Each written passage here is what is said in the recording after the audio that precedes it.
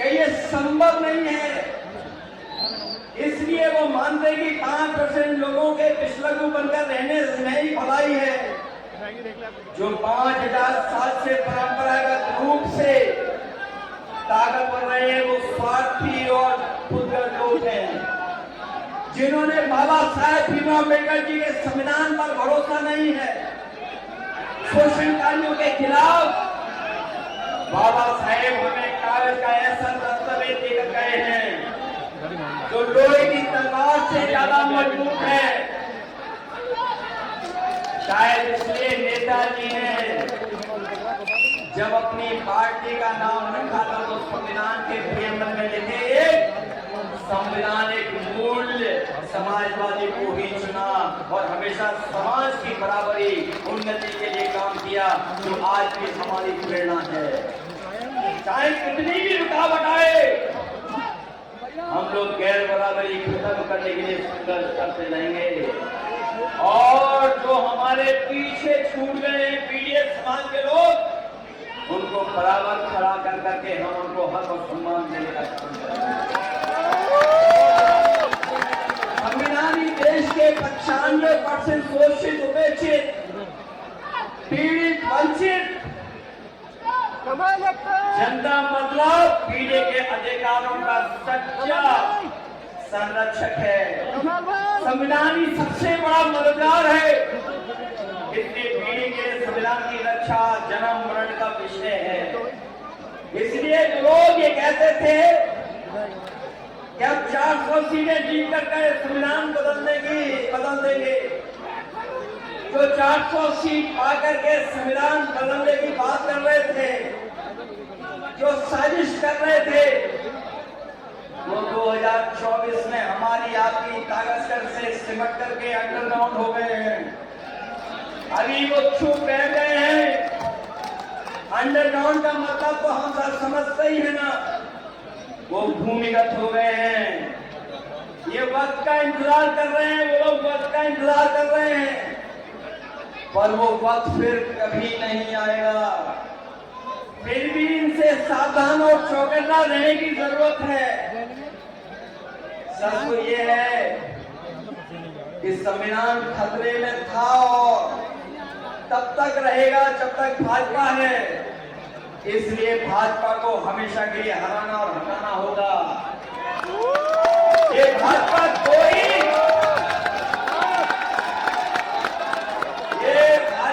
कोई दल नहीं है। ये दरारवादी, भेदकारी, नकारात्मक विचारधारा वालों का गिरोह है। और ये मैंने एक मौके पर नहीं कहा है, कई मौकों पर कहा है कि भारतीय जनता पार्टी कोई राजनीतिक दल नहीं है। ये नकारात्मक, दरारवादी, भेदकारी गिरोह है। विभाजनकारी विचारधारा हमेशा के लिए खत्म होनी चाहिए। इनकी परमानेंट रूप से हटाना ही एकमात्र समाधान है। इसलिए पहले हम कहते थे भाजपा हटाओ, संविधान बचाओ। आज कह रहे हैं कि नकारात्मक विचारधारा मिटाओ, संविधान बचाओ। और जब तक विचारधारा नहीं हटेगी तब तक हम लोग और न केवल अपने मुकदमे वापस लिए हैं, अपने सहयोगियों के भी मुकदमे वापस लिए हैं। इसलिए 9 साल का उनके पास हिसाब किताब नहीं है। 9 साल में क्या किया है अभी जमीन पर नहीं बता पा रहे हैं।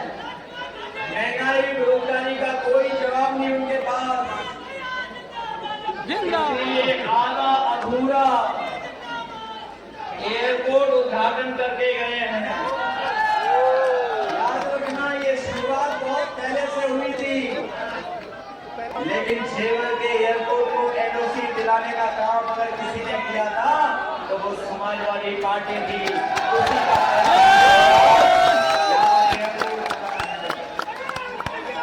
और वो किसानों के साथ भेदभाव हुआ है।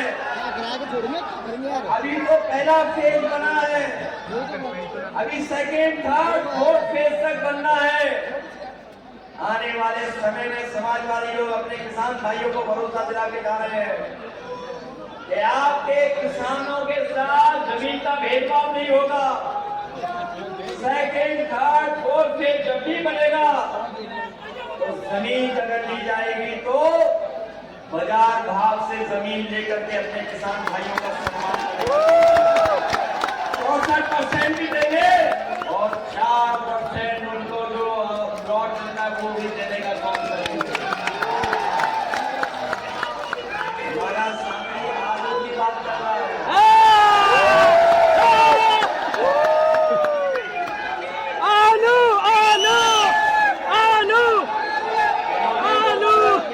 करने की भुगतान 15 दिन में कर देंगे। बताओ किसान भाइयों कितना भुगतान हो पा रहा है 15 दिन में। छूटा जानवरों से राहत दे देंगे और आलू को भी खरीदेंगे। ये समय समय पर वो कोई वादा ये जमीन पर नहीं उतार पाए हैं। जो बदलाव लाए उससे महंगाई बढ़ी है, भ्रष्टाचार बढ़ा है और अब तो उनके लोग भी इंतजार कर रहे हैं कि चुनाव करीब आए तो पाला बदल ले। लेकिन हम लोग कहना चाहते हैं कि पाला बदलने वालों पे भी हम लोग नजर रखने वाले हैं और नौकरी इनके एजेंडे में कभी नहीं रही। और नौकरी इनके एजेंडे में इसलिए नहीं रही क्योंकि बाबा साहब भीमराव अम्बेडकर जी का संविधान और संविधान के तहत आरक्षण मिलने का इनके एजेंडे में कभी नहीं रहा। इसलिए सरकारी नौकरियां कभी नहीं देती और इसीलिए जानबूझ करके पेपर लीक कराते हैं। पेपर लीक करा करके नौजवानों को निराश कर रहे हैं। आने वाले समय में हम नौजवानों को कहना चाहते हैं, नौजवानों से संवाद करने के साथ साथ हम लोग भारतीय जनता पार्टी की वो भी पोल खोलेंगे कि कितने पेपर लीक हुए हैं और कितनी परीक्षाएं। हम लोग अग्नि भी कभी स्वीकार नहीं कर सकते हैं। जो लोग कहते हैं कि टेक्नोलॉजी से वॉर लड़ा जाता है, हवाई जहाज से लड़ाई लड़ी जाती है, महंगे महंगे हवाई जहाज खरीदे हैं, महंगी महंगी बड़ी बड़ी मशीनें खरीदी, लेकिन हाल फिलहाल की जो लड़ाई हम लोग दुनिया की देख रहे हैं उसमें टेक्नोलॉजी का कितने बड़े पैमाने पर इस्तेमाल हो रहा है। और याद रखना, टेक्नोलॉजी से कितनी भी लड़ाई लड़ी जाए लेकिन जमीन का कब्जा तभी होता है जब फौज आगे बढ़कर के जमीन इसलिए जो अग्निवीर की व्यवस्था लाए हैं, जब भी समाजवादियों को मौका मिलेगा वो हम लोग उस व्यवस्था को हमेशा हमेशा के लिए खत्म कर देंगे। बुलाए गए थे उन सब छात्रों को लंबी छुट्टी दी गई है और इस बार रैली में जो लोग आए हैं बीजेपी की उत्तर प्रदेश से छुट्टी होकर के दिल्ली से भी छुट्टी होना तय है।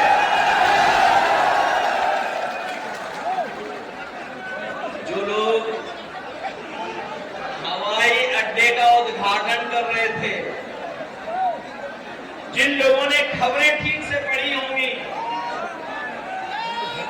पहले भी उद्घाटन हुए हैं एयरपोर्टों के,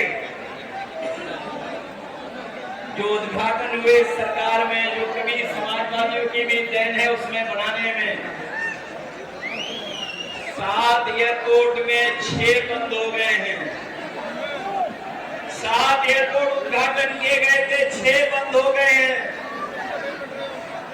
कम से कम इस एयरपोर्ट का ये वादा करके जाते कि उद्घाटन के बाद इसको बेचा नहीं जाएगा।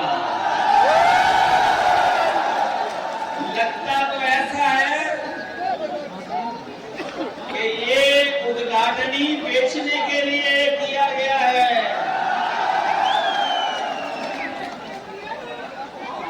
रैली में आने से पहले हम लोगों को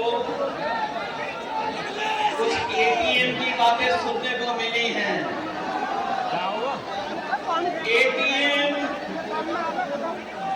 एटीएम की बातें सुनने को मिली हैं।